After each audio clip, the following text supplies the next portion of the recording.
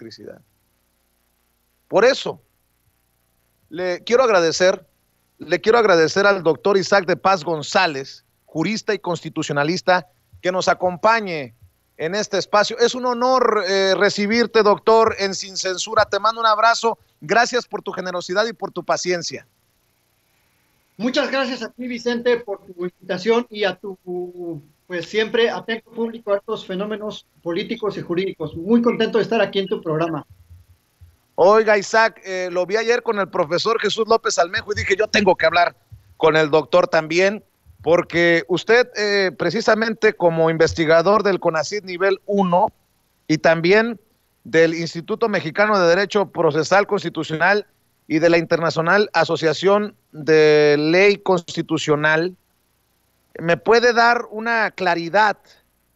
Usted que desde su trinchera nos puede ayudar a entender esta avalancha de suspensiones ordenadas por jueces contra la reforma eléctrica del presidente Andrés Manuel López Obrador, y desde los medios de comunicación también la campaña para hacer ver al presidente como un autoritario. Usted seguramente está al pendiente de estos casos. Deme su opinión acerca de la aprobación de la reforma eléctrica, de la suspensión de la reforma eléctrica y de lo que está en juego. ¿Qué me dice, doctor?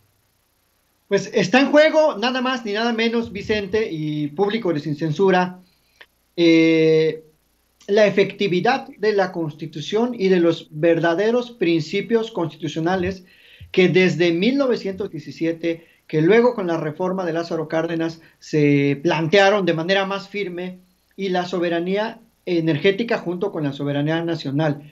Eso es lo que está en juego. O sea, está en juego que la justicia social tenga una verdadera ruta a través de la Constitución y de las leyes que plantea esta cuarta transformación frente a esta avalancha y esta captura corporativa del amparo, de cómo están las empresas y ciertos grupúsculos y hasta pues abogados rimbombantes según queriendo tergiversar, falsear el sentido del amparo. Eso es lo que está en juego por principio de cuentas. En segundo lugar, Vicente, esta reforma eléctrica, yo lo puedo decir porque incluso hice mi tesis de licenciatura sobre la privatización del sector energético. Es un tema que más o menos vengo analizando en los últimos 20 años nada más, para ser exactos. Se está haciendo algo muy sencillo con esta reforma. Ni siquiera es una reforma que prohíba la participación de las empresas o que limite su participación. Se están poniendo reglas claras, porque así lo dice, Vicente, el artículo 27 de la Constitución. El artículo 27 dice que el interés nacional, el interés público es el primordial y que el Estado debe imponer condiciones a todos los particulares para que esos intereses nacionales se vean favorecidos.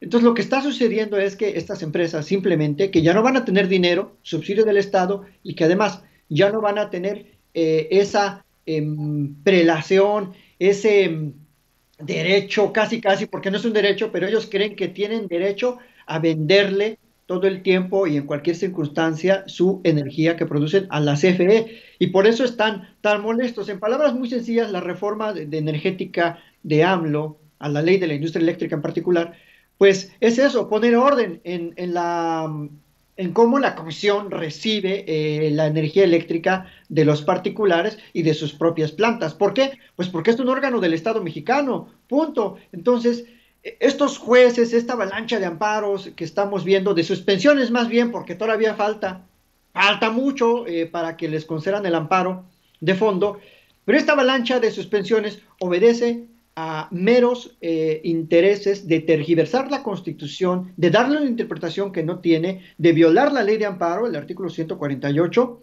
y de actuar de manera ilícita en un tema que no es posible conceder la suspensión de una ley en una suspensión provisional, valga la rebusnancia, dijera el comandante Borolas.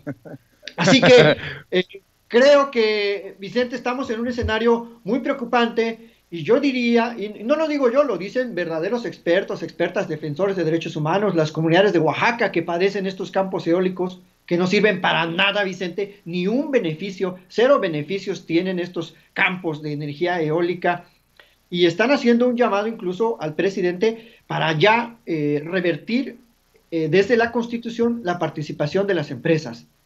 Es decir, Eh, ponerle ya otra vez un candado, porque lo abrieron en el 2013 con la reforma de Canallín, de Peña Nieto y bueno, de todo el séquito, el que le aplaudieron a Peña Nieto. Y la idea sería entonces, mejor, para ya evitarnos todos estos problemas con el amparo y con las suspensiones, ponerle un candado otra vez desde la Constitución a la participación de las empresas. ¿Por qué lo digo así tan radical, Vicente? Porque la verdad es que están poniendo incluso al Poder Judicial a pelear, gracias a esos intereses corporativos, con el Poder Ejecutivo. Y están creando una narrativa que está falseando la Constitución. Eso es lo que de entrada te puedo decir, Vicente. Doctor, dice el presidente Andrés Manuel López Obrador que iniciaría una iniciativa de reforma constitucional, tú eres constitucionalista, si el Poder Judicial dictamina que la ley de la industria eléctrica es inconstitucional. ¿En qué falta a la autonomía del Poder Judicial que el presidente diga eso? Porque, insisto, lo quieren hacer ver como un autoritario, como un dictador, como un hombre que se monta en su macho. Y yo digo, pues si lo está diciendo por, por los canales que debe, es parte del debate, es parte de lo legal y de lo moral. ¿O cómo lo ves tú, doctor? Les duele mucho, Vicente, que la propia ley de amparo establece incluso delitos para los jueces, para las partes, para los abogados, para las autoridades que intervienen. O sea, no es nada nuevo, no se lo está inventando, no es un autoritarismo el presidente. Cualquier persona que en un amparo se duela de que el juez está actuando mal puede promover una queja. Y él como parte litigante, porque está siendo demandado, e igual que la Cámara de Diputados, puede promover su queja. Y la ley orgánica del Poder Judicial establece reglas claras y establece principios y establece fuentes de responsabilidad. Incluso dice así la ley orgánica que ante la falta de profesionalismo o la ineptitud del juez, pues debe haber un mecanismo de que investigue ese acto para entonces sancionar. Si eso les duele que dentro de la independencia judicial tan cacareada existan otros principios, porque la independencia no se puede interpretar como una garantía de impunidad de los jueces. Eso está totalmente erróneo, es obtuso, es absurdo, es además una mentira. La independencia judicial tiene que ver con reglas claras, con rendición de cuentas, con profesionalismo en la actividad judicial, sí, y sí, con que no respondan a presiones externas los jueces. Pero aquí a las presiones que están respondiendo es a las de la captura corporativa de los medios de impugnación como el amparo. Y se están aprovechando de que hay solo dos jueces en la Ciudad de México, es algo también muy cuestionable dentro de la judicatura, que hay solo dos jueces en materia de competencia económica. Y le están dando una interpretación bien a modo de la competencia económica, la están viendo como si fuera un derecho humano. Y no, la competencia económica es un conjunto de condiciones. Así lo dice el artículo 25 constitucional. A mí no me gusta hablar de opinión, a mí me gusta decir, ahí está la Constitución, señores, léanla e interpretémosla de manera sistemática, no de manera aislada, como cherry picking, de, esto sí me gusta, esto no me gusta. No, la Constitución es una norma suprema y no es autoritario que el presidente diga eso. Es más, debemos exigirle al presidente que impulse ya esa reforma, porque está causando muchos daños, toda la actividad corporativa de Iberdrola, de Eólica, de incluso Electricité de France, una empresa estatal que ahorita está siendo demandada en Francia. Fíjate qué pena, qué vergüenza para el sistema jurídico mexicano que tenga que ir la gente de Oaxaca a demandar a Francia. Entonces, sí, yo desde el punto de vista constitucional apoyo esa reforma, porque además así estaba antes del 2013, así estaba la regla constitucional, no podían participar las empresas particulares en actividades de seguridad nacional, como es la producción, el consumo, la venta de la transmisión de la energía eléctrica.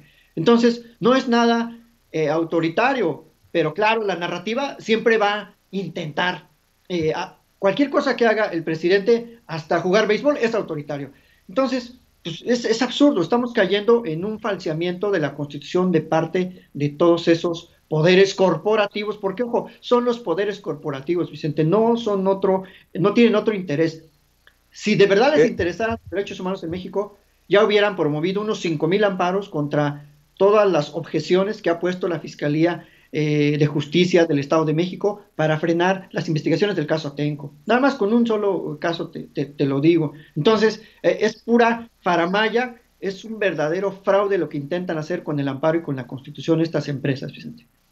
Isaac, déjame preguntarlo más claramente. Tú eres jurista, eres constitucionalista, eres un hombre de leyes. ¿Hay corrupción en el Poder Judicial? Ya sé la respuesta, pero la tengo que preguntar porque luego van a decir que yo estoy tratando de poner palabras en tu boca. ¿Hay corrupción en el Poder Judicial? Muchos de abajo, los de abajo hemos pensado, pues que los jueces defienden, muchos jueces, no todos, habrá sus honrosas excepciones, defienden a malandros. Lo hemos visto una y otra vez con los amparos que promueven. Hoy les tengo que informar del amparo que le concedieron a Mario Marín, el gober precioso, en el caso de tortura contra Lidia Cacho. En su momento lo dijo Arturo Saldívar, el ministro presidente de la Suprema Corte de Justicia de la Nación, que debe de haber pues un saneamiento del Poder Judicial. ¿Cuál es tu opinión? Y a lo mejor es muy cabrón que te lo pregunte así, pero ¿cuál es tu opinión del Poder Judicial en México? Vicente, ni se necesita que yo opine. Ahí están grandes estudios, un estudio de Julio Ruiz Figueroa que habla de las redes familiares en el Poder Judicial de la Federación. Hasta incluso la gente que trabaja en el Poder, tristemente le dice el Poder Familiar de la Federación por los nombramientos cruzados, por que contratan a su chofer, a sus amigos, a sus amigas, hasta a sus amantes. Y no lo digo yo, o sea, está ahí documentado. Los casos de corrupción obviamente, los casos concretos se han expuesto desde el año pasado, se han sancionado a jueces, se les ha iniciado procesos de responsabilidad, hasta procesos penales a magistrados, y también eso debemos reconocerlo. Hay gente muy preparada en el Poder Judicial de la Federación, muy buenos jueces, juezas, magistrados, magistradas, pero por desgracia sale a reducir esta vieja guardia, Vicente. Lo que en los estudios se han hallado del Poder Judicial es que hay una vieja guardia también muy conservadora en el Poder Judicial de la Federación, que hay grupúsculos en el Poder Judicial de la Federación que solo ven por sus intereses, y sí, grupúsculos asociados, porque así estaba el Poder Judicial en el siglo XX, asociados a los poderes políticos, especialmente al PRI. Y eso se explica porque en el primer y segundo circuito siempre hay muchas controversias, son circuitos muy peleados y de ahí salen muchos propuestos y propuestas para ministros de la Corte, porque es ahí en donde está la trama de la corrupción. Y así como hay corrupción en el Poder Judicial Federal, la hay en los poderes estatales. Entonces, se tiene que reflexionar, que criticar a sí mismo el Poder Judicial, y eso es lo que muchos no están dispuestos a hacer. Prefieren invocar la independencia judicial como si fuera una carta, un cheque en blanco para impunidad, y no es así. El Poder Judicial te rinde cuentas, porque además son los funcionarios mejores pagados de México, Vicente, y argumentaban eso, que deben pagarles bien, porque si no, por lo menos un sector, porque si no se le estaban violando sus derechos laborales. De acuerdo, pero pues que se pongan a trabajar, que sean autocríticos y que dejen de atender los intereses corporativos, que lean la Constitución desde una perspectiva de justicia social, desde una perspectiva de progresividad de los seres humanos, no de las empresas. Eso es lo que le podemos criticar al Poder Judicial. Entonces, sí es tiempo de que reflexione el Poder Judicial Federal y lo comunique a la sociedad, y no nada más en estos aspectos salgan a lanzar comunicados de vamos a defender la independencia. ¿Por qué no sacan un comunicado y dicen vamos a atender de manera más diligente todo lo que nos ha ordenado la Corte Interamericana de Derechos Humanos en el caso Atenco, en el caso Alvarado, en el caso Valentina Rosendo Cantú, en el caso de las niñas de Ciudad Juárez, el caso Campo Algodonero? ¿Por qué ahí no hay una narrativa así fuerte para los derechos humanos? ¿Por qué solamente cuando se sienten tocados, se sienten invadidos, se sienten amenazados, sueltan esta pues narrativa de la independencia judicial? Pues porque responden a intereses corporativos, a que hay dinero y que las empresas y su mainstream Claudio X González y todos los que lo secundan, pues impulsan esa narrativa en los medios de comunicación. Y ahora resulta que el presidente es un autoritario, soberbio y que quiere atacar al Poder Judicial. Y creo que no es verdad. El público debe saber que todos los funcionarios federales, estatales, todos estamos obligados a rendir cuentas. Nadie está fuera de la ley, nadie está por encima, mucho menos de la Constitución, como decía José María Iglesias, nadie por encima de la Constitución, ni los jueces constitucionales. Oye, doctor, precisamente para ponerle la cereza al pastel de lo que estás mencionando, rescatemos algunas pantallazos que le acabo de mandar a don David, al equipo de producción en Chicago. Dice, por ejemplo, Aristegui, con una nota del 13 de septiembre del 2018, aprueban ley que establece que ningún funcionario ganara más que el presidente. Tiene por objeto regular remuneraciones que perciben los servidores públicos de los poderes de la Unión y todos los demás entes públicos federales. El 11 de febrero del 2020 suman más de 32,000 amparos por salarios y austeridad. De acuerdo con datos del Consejo de la Judicatura Federal y del despacho que agrupa funcionarios inconformes. Luego, también del Economista del 13 de septiembre de 2020, sueldos altos de servidores públicos podrían mantenerse por amparo. El artículo 127 de la Constitución y las leyes federales de remuneraciones y de austeridad republicana establecen que ningún servidor público puede ganar más que el presidente, dice Rodolfo Martínez, socio de la firma Trusan en Roma. Que alguien me explique entonces por qué el uso selectivo de la Constitución y por qué muchos le han dado vuelo a estos amparos que claramente van en contra de la Constitución, salvo que tú me corrijas. Vicente, en el tema de los derechos laborales hay claro, hay una interpretación de que no se pueden restringir y ha permeado la visión en algunos casos como estos de que la disminución de salarios atenta contra el núcleo de los derechos laborales.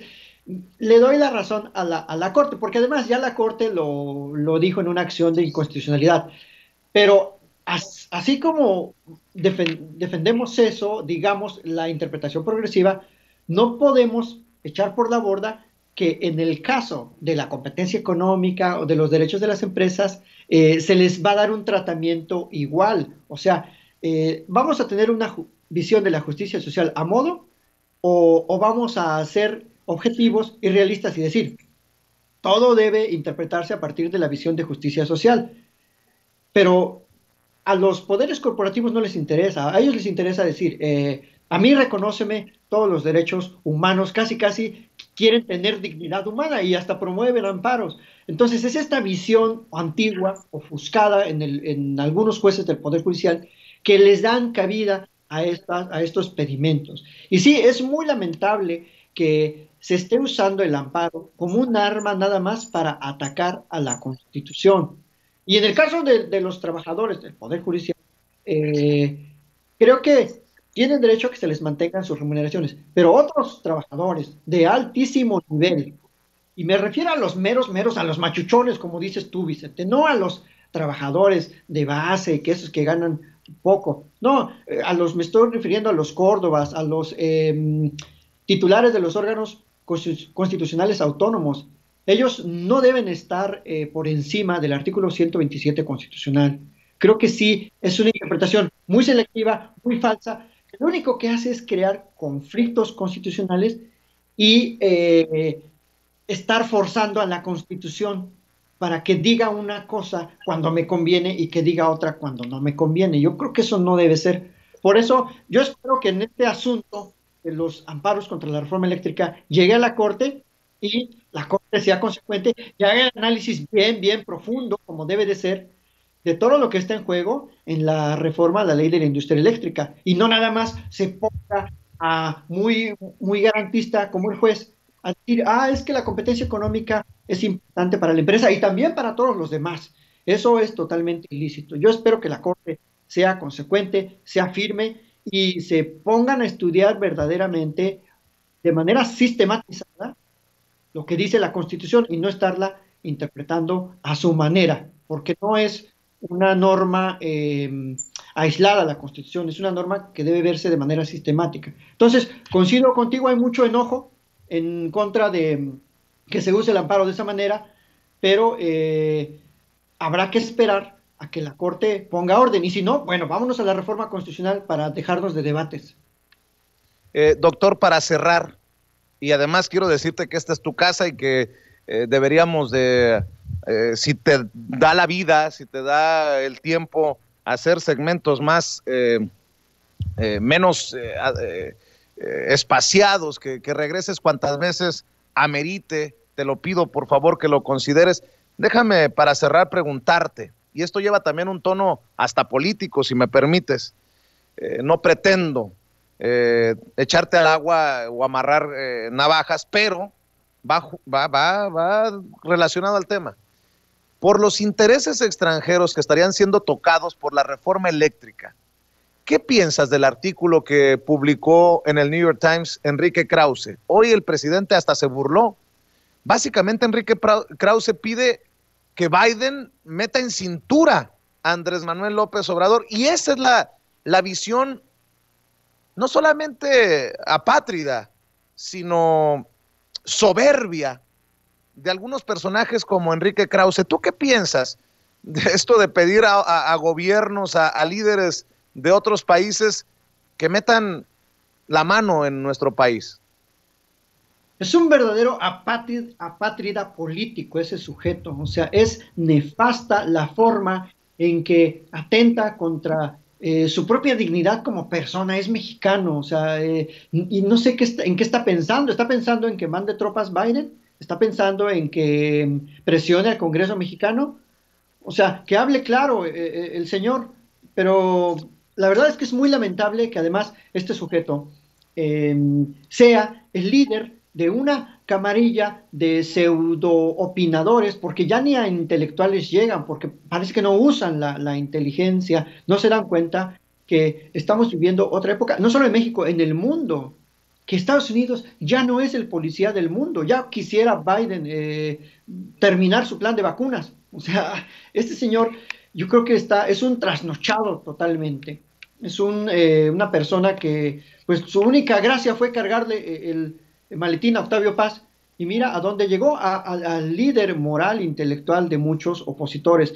Yo creo que es muy lamentable, es totalmente atentatorio en términos políticos contra nuestra soberanía que ande invitando, incitando y desde una plataforma que ya ni es tan importante, el New York Times, o sea, ya yo creo que nada más algún sector ahí semi-progre, semi-moderno, lo lee.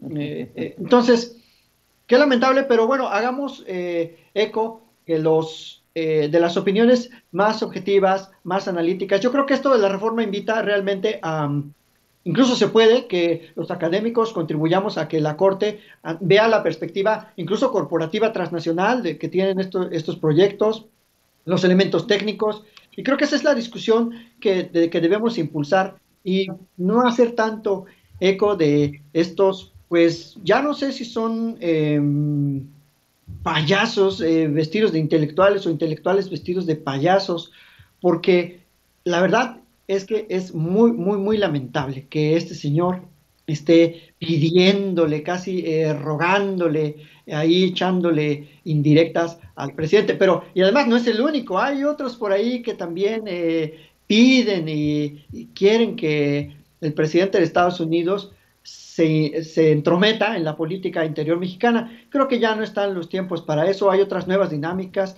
y pues sí, yo diría es un trasnochado, aparte de lo que ya, los descalificativos que ya le hice, que además están fundados porque se ha comprobado cómo recibe dinero a millonadas y junto con su, ahí el que ahora le carga el maletín a él, que es un tal Aguilar Camino, no sé cómo se llama, que un amigo del licenciado Salinas, que le pedía Así dinerito es. prestado y que ahí le andaba lagrimeando, ay, pero adelántame 200 millones. O sea, que es muy lamentable. La verdad debería darles vergüenza, deberían estar ya, pues, ya disfrutando sus millones y ya alejados de la política y que nos dejen la política a quienes queremos hacer algo por México, a quienes somos críticos y reflexivos. Creo que ya deberían hacerse a un lado.